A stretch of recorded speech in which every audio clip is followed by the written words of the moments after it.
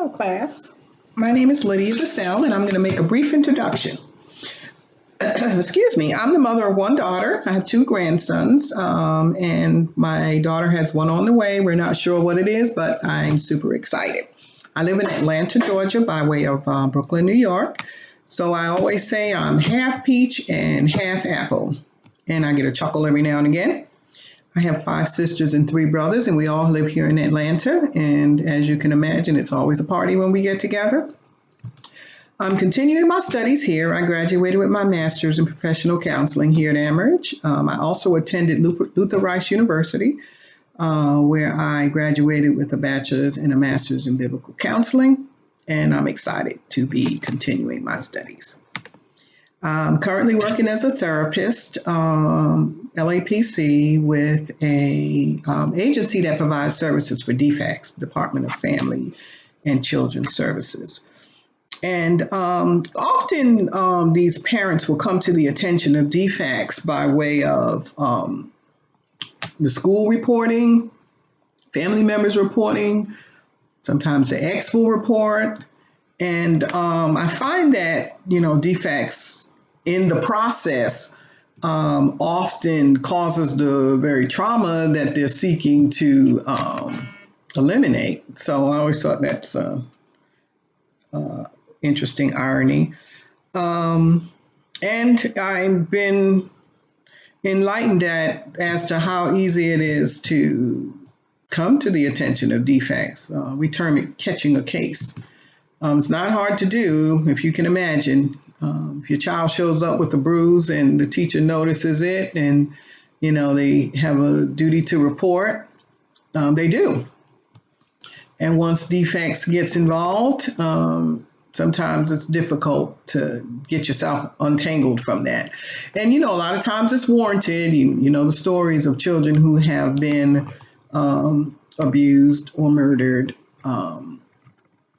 So I have often had to explain to parents that, sometimes there is no distinction. Their job is to get to the bottom of things. And, sometimes people get caught up and often they're offended and it's difficult to deal with them in helping them, get the case resolved. So that's always a challenge. Demerick, in our reading, cites Baltes and some of his colleagues who believe that the capacity to move between levels of knowledge and skill is crucial and effective for individual development.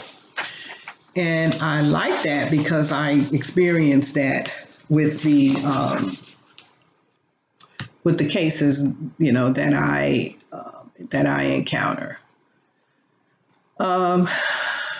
An article I ran across, these authors conducted a large study with young adults and who have experienced abuse, and they exhibit low resilience in adulthood and how that translates into low and balanced and increased stress in caring for the child, the inadequate development, poor choices that they make, ineffective coping skills in early adulthood and beyond, as well as an inability to develop ways of living authentic lives. Abuse, whether physical or mental, is devastating. And the ramifications span well into adulthood. Particularly when experienced in childhood, can harm the sense of self and can impede one's development. Many times the perpetrator is someone close. In some cases, it's one or both parents. All too often, somebody that they know. And it's the parent has not worked through the abuse. So it just, starts to manifest in other ways. The perpetrator has not been held accountable. The child, or at the time, or the young adult wasn't believed. So there's no acknowledgement. The case hasn't been adjudicated. And all these things serve to continue to victimize the person. A lot of times you see entrenched anger, It manifests later in life and negatively impacts their parenting efforts. Firestone writes in chapter 6 about the importance of, having choice. Abuse can have a negative impact on the developmental process and makes that abuse that much more insidious because it robs the person of the right to consent, the right to choose. And often parents come to the attention of defects and are subsequently referred to our agency that I work with for either abusing their children through neglect, sometimes sexual abuse, or violence. You'll see siblings, step siblings, engaging in sexual activity, drug use, particularly marijuana. Parents are drug users and, have come to the attention of defects. They end up doing, drug counseling and drug abuse counseling. And it's interesting, the dynamics of some of these families, how they're, how they're set up. Another article I ran across was titled Living Authentically. And a lady named Martha Mott facilitates the course. She helps people live authentically, and she designed the course in a way that's playful, with the intention of helping the participants gain insight into who they are, answer questions such as who am I, and what's keeping me from achieving my goals, and how can I create a life that I want to live.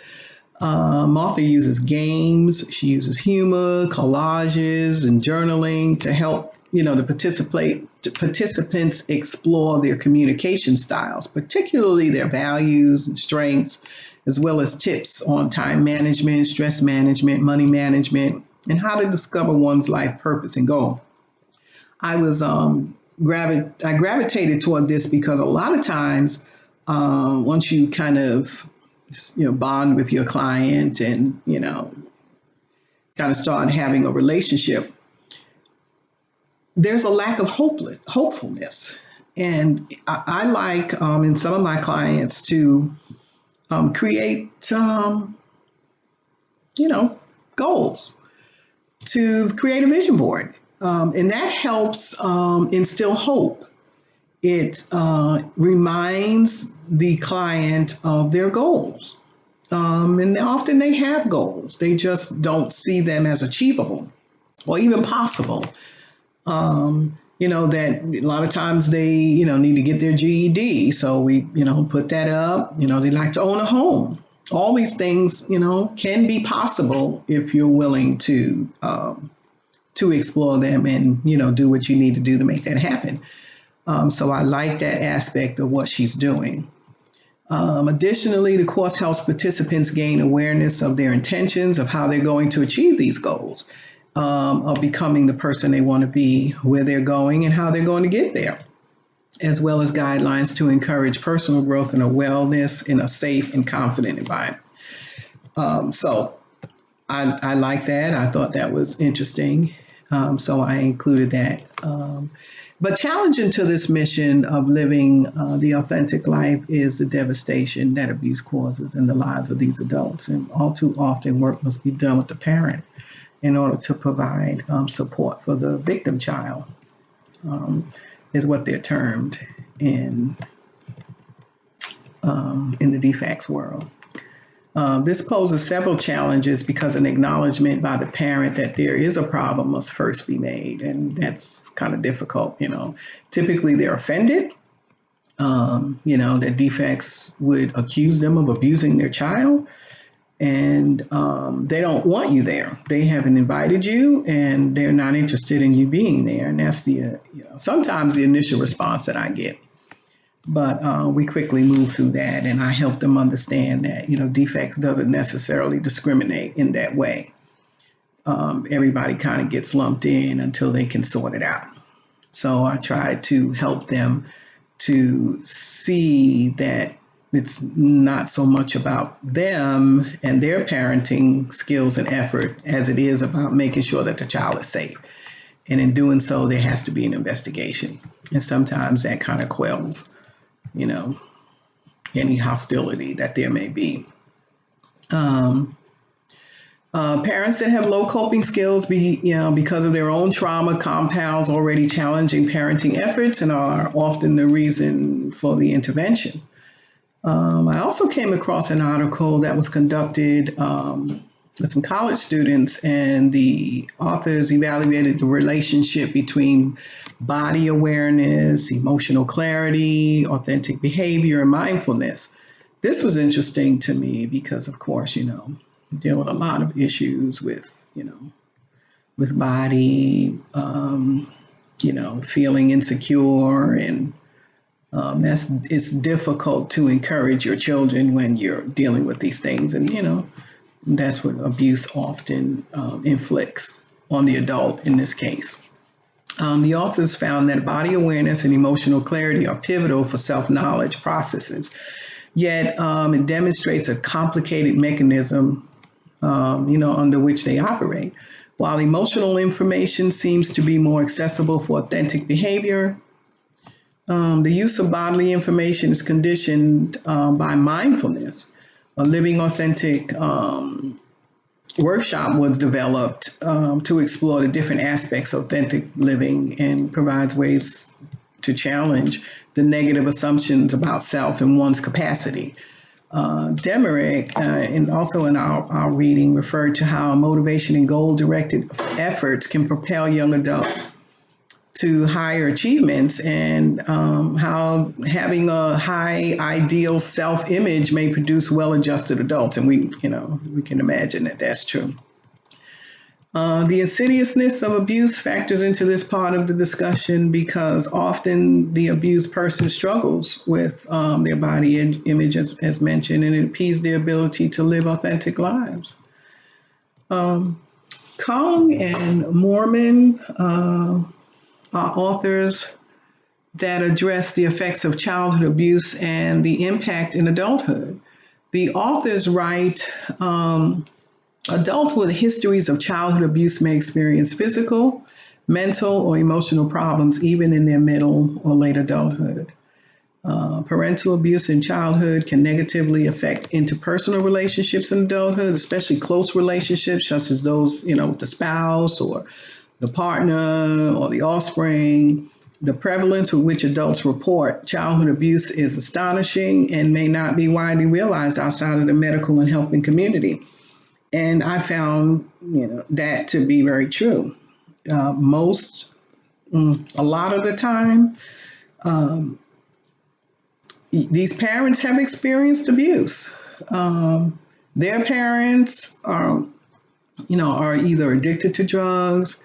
They invite all kinds of people into the home that the children are exposed to. Oftentimes, they've had several partners or husbands that have been abusive. I work with a family now where the step siblings are having sex with each other, and the family is very dysfunctional. Each parent came in with a set of, with some children, and kind of starts at the tops. The parents are very dysfunctional in the way that they parent the children. It's kind of like, these are your children, these are my children, and this is how I parent, this is how you parent, and as you can imagine, it's a disaster. I just started working with the family, so, there's a lot to do. I've seen most of the children individually to try to get a consensus or, try to get a feel for them, for what they're experiencing individually, so that we could come together. Unfortunately, services aren't for all the children in the home. So I see them just as a way of, trying to get an understanding as to what's going on. Only the parents and the two siblings who are engaging in sexual activity actually have services. So that makes it challenging as well. let's see, the effects of childhood. Clients that I work with, they, no, they have trouble establishing boundaries, and often that translates into ineffective discipline efforts, feelings of inadequacy, in terms of setting limits, difficulty in managing challenging behavior of the child and controlling, emotional reactions to the child's misbehavior. Um, I ran across an article that talks about often the parent is unsure how to discipline or how to insist on compliance without inflicting, corporal punishment, without, crossing the line to abusing the child. And often options for disciplining, such as positive reinforcement, withholding, prized possessions for a specific period of time, using timeout, are often not their initial go-to, their initial inclination. And that's their coping skills are really low, and it's evident in that respect. Parents who are developmentally deficient are subsequently unable to deal effectively with the children that are strong-willed. Many times a child gets labeled as, having some sort of behavioral disorder. But helping the parents to recognize their need for personal development and how development is inexplicably connected to their ability to effectively parent their children can be the catalyst, for growth. Firestone writes of the power of being able to explore life unintimidated or unafraid, of the new and the unknown. Often the children who are abused are stripped of this power. People who are victims of abuse will often exhibit muted responses to life, and the essence of the self is often hidden in, what seems to me like the abyss. And their inability to connect to others and even their children negatively impacts their ability to parent in ways that foster loving and protective environments that children need to develop, to be healthy adults. We all want our children to be healthy. We all want them to develop into productive adults. But if we're not that, then it's difficult to teach that. So, often, it's helping the parent understand, knowledge is power, and, how they can use that knowledge to help themselves and to help nurture their children. Something people who have been abused have lost or have stolen from them is, their right to choose. Firestone writes of the importance of the right of the child to elect to participate in the work experience in this particular chapter. And Firestone noted that pressuring or compelling work would rob the day of its quality and evoke a resistance or sense of obligation that was qualitatively different from a day freely chosen. What is so insidious, I mentioned earlier about abuse is the option to choose. It's denied them. Abuse is inflicted upon the person, which makes the act particularly demoralizing. It robs the person of the right to consent, cooperate, and it robs them of their sense of autonomy. Often individuals who have been abused exhibit defiant behavior that is misconstrued or as obstinance. They're aggressive in their behavior. They're oppositional. They have oppositional defiant disorder or conduct disorder, and other such mental disorders that further inflict injury that can carry long-term consequences. And often they present with, muted responses, flat affect. They suffer with eating disorders. They cut themselves, and even sometimes they're very promiscuous. And those are the things that you have to work with. I have a young lady who is being bullied at school. Mom says she isn't using drugs anymore, but she used to be a drug user. Dad is stepdad, but he's an alcoholic and he's verbally abusive in the home. And she came to the attention of DFACS because she started cutting. And she wasn't necessarily promiscuous, she just seemed sad. So, we worked with, the abuse, we worked with goals. She completed a vision board. There's a lot of stuff she wanted to do. She's, social media. She's active on social media. She isn't necessarily using it inappropriately, which was good. So that wasn't a challenge because a lot of times I experienced that, because they're looking for attention that they're not getting at home, and it's unhealthy attention. Let's see, necessity of providing children with options. So we talked about that. And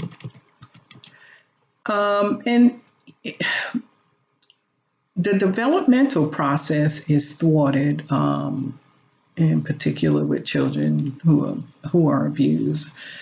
The parents, they experience those feelings of inadequacy. The children have struggles with, getting labeled as being troubled when there actually is a problem that they're dealing with, and they're screaming for help.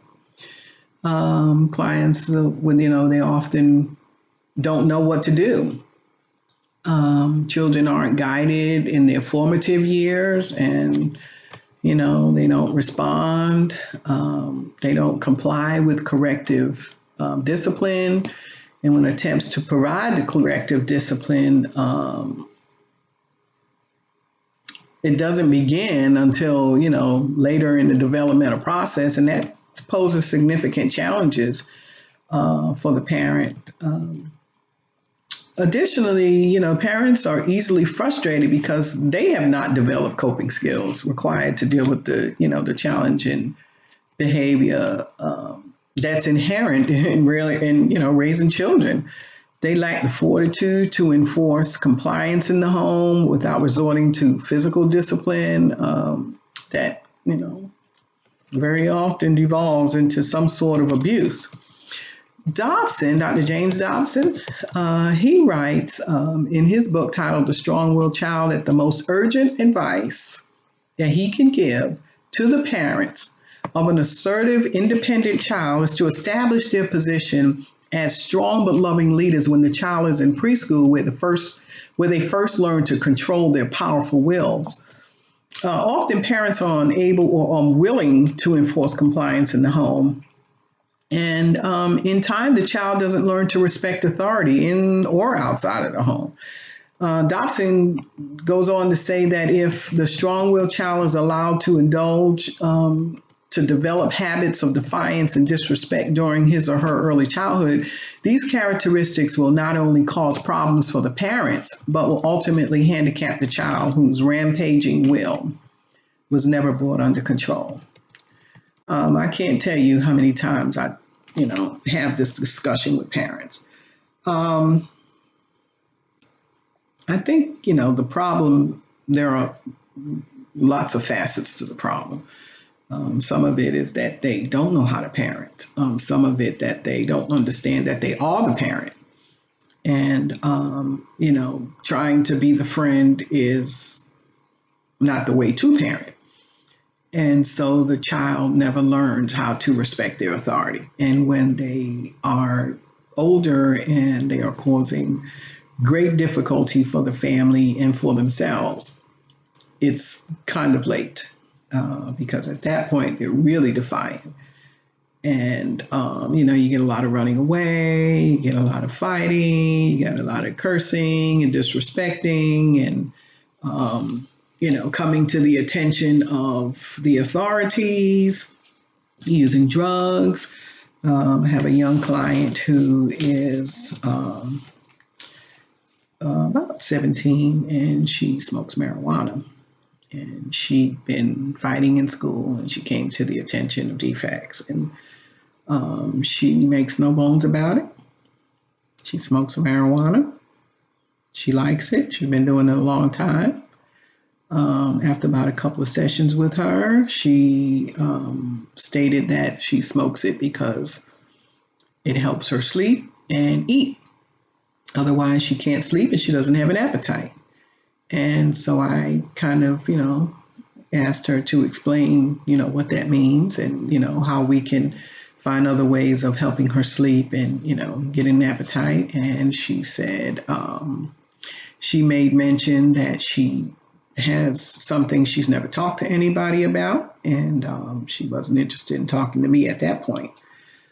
So I suspected that, there may be something going on there, some kind of abuse that happened in her past. So, you have a lot of that. She has a probation officer and she is soon to be tested again. She's been through a drug program before. She did well, she said, for a while, and then she kind of fell back into her old patterns, and here she is. So, you have all that kind of stuff. Difficulties, they're part of life, and developing skills to successfully navigate them to a positive resolution is an ongoing process. Difficulties with respect to parenting, unique challenges that are unique to the individual. And they can prove to be progressive, require creativity and problem resolution skills that are ever evolving. And, this is something that parents are lacking. They can't teach their children because they don't possess the skill. Demerick addresses the adult development from the standpoint of parenting. And the challenges, he mentions, both the authors mentions the challenges that arise that test the resolve. It reveals the individual's developmental capacities and offer insight into how difficulties, particularly in parenting, can be hindered or helped depending on the individual's level of development. And the level of development is lacking. And it's difficult to, to teach that, like I said, if you don't possess it. Demerick writes of the psychological approaches to wisdom as it relates to development. How wisdom is individually constructed as it relates to parenting and requires creativity and maturity and intelligence to effectively manage behavioral challenges of the children who have been exposed to abusive situations. The significance of parenthood and adult development is at the heart of the debate by the authors, as they believe that the parenting has been a necessary and unique context for the development of psychological maturity. In contrast, it has also been seen as just one of the many stresses that adults encounter that can lead to either personal growth or maladaptive growth, and it also refers to, quote, agency. It is the individual's agency that creates change and provides psychological safety necessary to healthy development. The maladaptive coping strategies that are prevalent with the parents that I work with, people have, they have to find ways to manage their anger and depression and, their low self-esteem. And often they find it, they can find it through the therapeutic process. I've had parents that have, benefited from the process. They have come out with skills that they didn't have before entering the therapeutic relationship. They have gone on to do well. They're becoming productive, in their lives, however that looks. They've enrolled in programs that help them gain skills for the working, to find better employment. So it's not all bad. It's not all doom and gloom. Obviously, there are some, wonderful success stories. But you have to first get through the block, get through the pain, get through the abuse. You have parents that are, that I work with that have older children that are, they're just not, they're not helpful. They're not good role models. And that, sometimes at that point, the child is able to see that and make some decisions in terms of setting boundaries. And, oftentimes they're children and they don't have that luxury. They're not able to do that. I work with another set of parents that had a very difficult child. He still is. He's very young, so you can't, you wouldn't necessarily classify him as a sociopath, but he does a lot of things that point to that. He's abusive to his siblings. He's very, very destructive. He doesn't seem to be, have any empathy for anybody. He's abusive toward his mom. He's very young. He's like 9. He's been removed from the home. Mom and stepdad beat him one night and they left bruises. And the school saw them and reported them to DFACS. And stepdad has a no contact order. And I've been seeing mom and dad, and he is not really involved. I see mom more often. And then they put in some services for supervised visits with mom and his siblings. And, he lives with the little boy lives with his grandmother. And so it's a struggle, particularly in that case, because the stepfather, there's a lot of bad blood, and the stepfather is not interested in reuniting.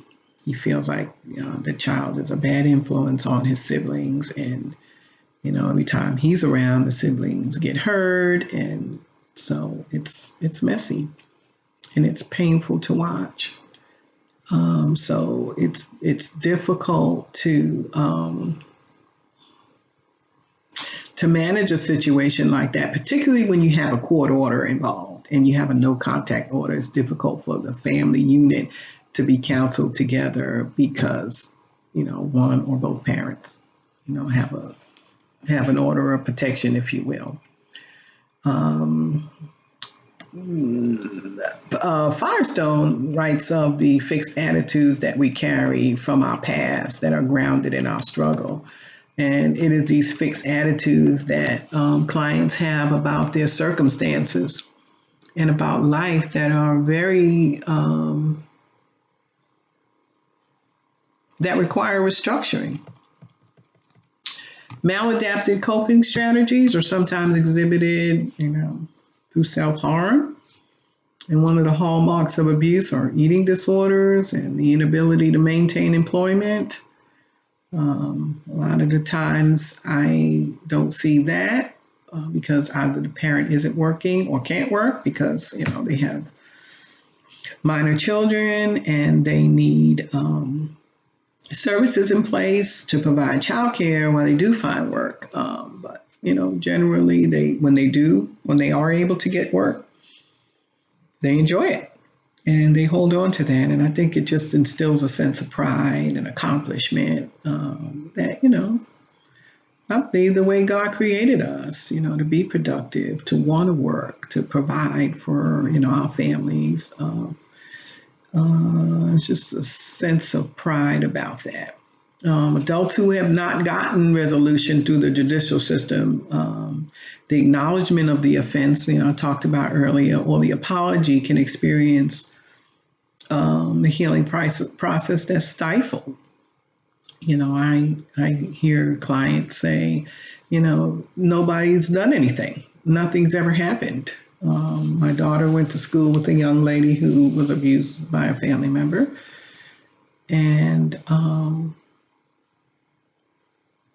it's devastating. The person struggles even to today because no one will acknowledge that it happened. and there's been no apology. There's been no resolution, and that does manifest. It festers and it just eats away at you, and you become destructive and very introverted and distrusting, and all the negative things that accompany abuse.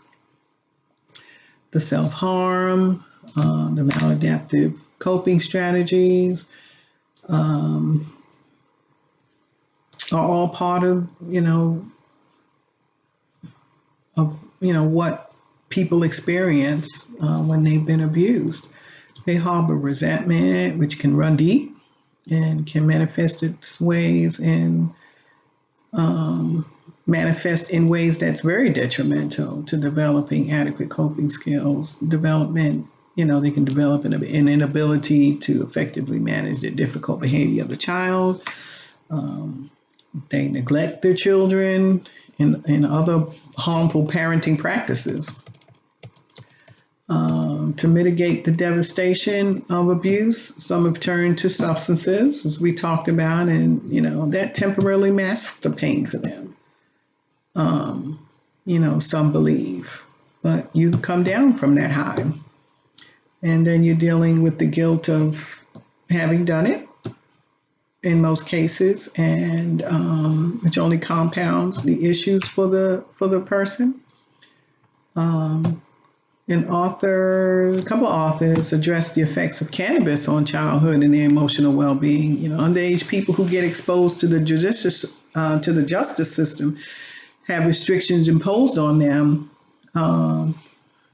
that they often lack in the home.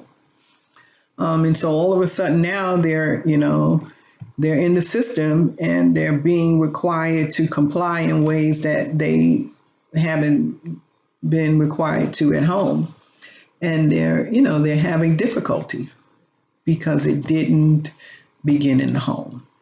The parents don't enforce what they need to enforce in the home, and it's devastating for the child. When they get out in the world, life is very cruel to them.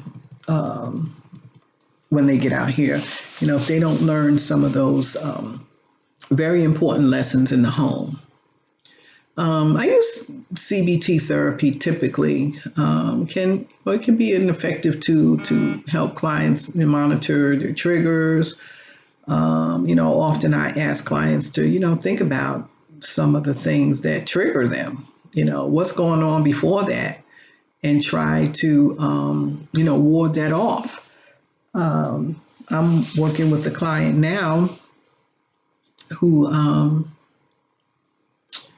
the parents were fighting. Apparently they were both drinking. The husband is an alcoholic. Happy to say he's doing very well. But the children have been removed from the home, and the youngest baby is with a sibling, and the oldest children are with the grandparents. And mom has great difficulty with anxiety. I've been seeing both of them. I see them separately because they have a no contact order with each other. Both are doing very well. Dad has not been drinking, and I'm not real sure if he's not drinking at all. He says he's not drinking at all. He looks a lot better. When I met him, he looked like he drank a lot. And he acted it as well. He had the real bad tremors. But, he doesn't have that anymore. I saw him last week, and he's doing very well. He looks good. He's gaining weight. He's working. He's in school. They both are in school. So they're coming along. But, the children are separated, and a few of them are really struggling with that. But the parents realize that they have to do something different with their lives in the way that they manage their children, because their children are, they're being affected. They're observing what's happening. They're old enough to know, why it is that, they're separated from their parents. And it's traumatizing. Eventually these children are going to be adults, and, what they're experiencing now, they're going to take into adulthood. And it's difficult to watch, but I'm happy to say that these parents, are doing better. Mom, does have issues with anxiety for which she's taking medication, and reports says she's doing well. She has a little breakthrough, every now and again, but ultimately she's doing well. She works. She has a steady job, a good job, and he kind of, floats around. But doing well, I'm happy to say, and hopefully we're nearing the end of the case being resolved, and hopefully the children will be reunited. Because, as I mentioned earlier, it's extremely traumatizing to the children, particularly when they're removed from the home. They're not always removed from the home. It just depends on what's going on, and sometimes the court system is involved, which complicates matters, obviously. But there are times when the children are allowed to come back home and they resume services while the child is in the home. And if at all possible, that's the outcome that they'd like to have, because obviously it's better for the children to be in the home when it's safe for them to do so. So back to the CBT, we talk about triggers and things that precipitate, negative thoughts and patterns, and how clients can become more aware of ways to respond to, life's challenges that is conducive to healthier living, and equip them with more effective parenting skills. I wrote an author who writes of the importance of establishing healthy boundaries and the importance of developing ways to build, healthy self-esteem and a sense of empowerment, as achieved by increased positive self-descriptive statements that can replace negative ones about self that often plague people who have suffered abuse. Verbal abuse is as devastating as any other abuse. When the child has been verbally abused and told they're worthless, and they never amount to anything, and you can't do this and you can't do that, and that absolutely wears on a child. And I see a lot of that insecurity that they take into adulthood, and those are the things that you have to work with parents, even when they're not the identified client, to be able to provide that for the child. Because if you don't have it, you can't give it. And again, being aware of what's going on, and implementing some options and ways to rectify is so incredibly important, and I think is the best part, if there is, of this job. Excuse me. Because it's empowering the client. It's seeing the transformation that's really exciting. Helping the clients get services that they need to be a positive influence for their children. Ways to help them see themselves as capable and a contributing member of society. It's very rewarding to see them blossom, to see how they've been transformed through the process. And for the children to see that, it instills hope. And it's difficult to live without hope, if not impossible. Eventually you'll get to the point where you don't value life, and you don't see the possibilities, and you start contemplating. And I have a client or two that have talked about that. Obviously, we talked about the self-harm. One of the siblings of the clients that I work with that's involved in the step sibling situation, she talks often about well, she talked about thinking about harming herself, very prevalent in her school. We know that the power of suggestion, one child is doing it, the other child's thinking about doing it, and then, it starts snowballing. And so we talked about that. We talked about, we're in a season. We all go through seasons. Things change. It isn't always going to be that way. Unfortunately, young people don't see that. Their world is right now. And they don't think about the possibilities of change and that things will change. It's not going to be this way always. I tell them, you're going to, the older you get, the more freedoms you'll have. You'll get to be an adult, and you can, live your life the way you choose. But the mission here is to, grow up as healthy as you can so you can grow into a healthy adult. You don't want to get to adulthood and perpetuate the things that you're, experiencing now, even with your own children. So it's important to help them understand that what you're dealing with now is, it's really just a season and it will pass. And it's difficult, no doubt. And life is going to be difficult. God says that we're going to have difficulties in this life. And it helps when, when the parents in particular are parents of faith, because you can speak to them from a faith perspective. Those clients do very, very well. And that's always exciting for me in particular, because, that's important. It's important when you are a person of faith to rely on your faith in the difficult times, and to see your God as bigger than anything that you're experiencing. That is super rewarding. And I find that those clients, again, they do very well because they're able to call on the Lord and ask for his help, and know that he's there. He's not some pie in the sky, that he is there for them. And he does desire that they know him and study his word and, be filled with him. And it literally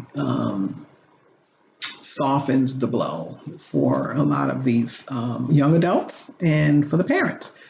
And so that aspect of my work I thoroughly enjoy. I am at the end of my presentation. I hope that something that I've said, was informative, that I haven't bored you under the table, that you're still alert and are encouraged, if you are working in the therapeutic field, that, we serve a purpose. I have to remind myself of that, I love doing this. I am inspired with each client that I encounter. Unfortunately, in this line of work, you have a limited number of units and a limited time in which to counsel. I think the longest I've worked with a client was 6 months. And so you don't always get to see the absolute end. I sever my ties at that point, and there is no other opportunity for me to interact with them in any way after I've seen them. So I don't always know the end. I don't always have I don't have the ability to, have them come back when life gets rough again that you would in, any other practice. So I would say that's probably one of the negatives of the job.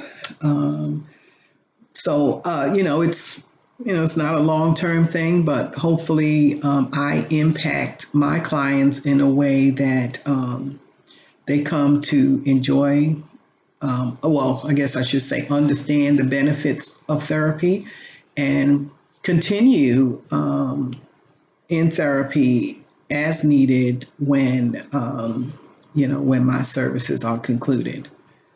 But of course, I don't have the benefit of knowing that in this particular setting. But I want to thank you for your time, and God bless.